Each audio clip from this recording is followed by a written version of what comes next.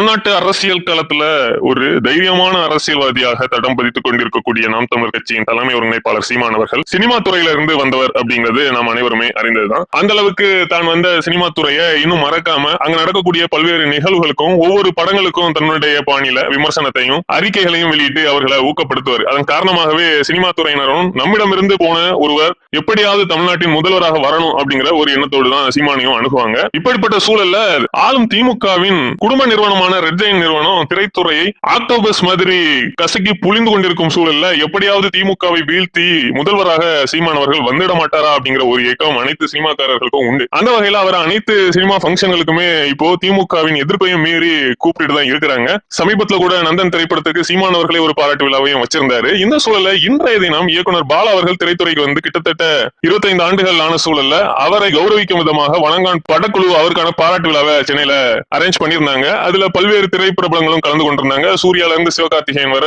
முக்கிய முன்னணி திரையுலக ஜாம்பவான்கள் கலந்து கொண்ட நிகழ்வுல பாலாவை குறித்து எந்த அளவு புகழ்ந்து பேசியிருந்தாங்களோ திரை நட்சத்திரங்கள், அதே அளவுக்கு நாம் தமிழர் கட்சியின் தலைமை ஒருங்கிணைப்பாளர் சீமான் அவர்களையும் மிகப்பெரிய அளவு பாராட்டி பேசியிருக்காங்க. அந்த அளவுக்கு திரைத்துறையில இருந்து அரசியலுக்கு போய் தைரியமா ஒரு தலைவர் இந்த கடினமான அரசியல் களத்துல தடம் பதிக்கிறது அவர்களுக்கு உள்ளபடியே பெரிய மகிழ்ச்சி. அதை இன்றைய தினம் அனைவரும் வெளிப்படுத்தியிருக்காங்க.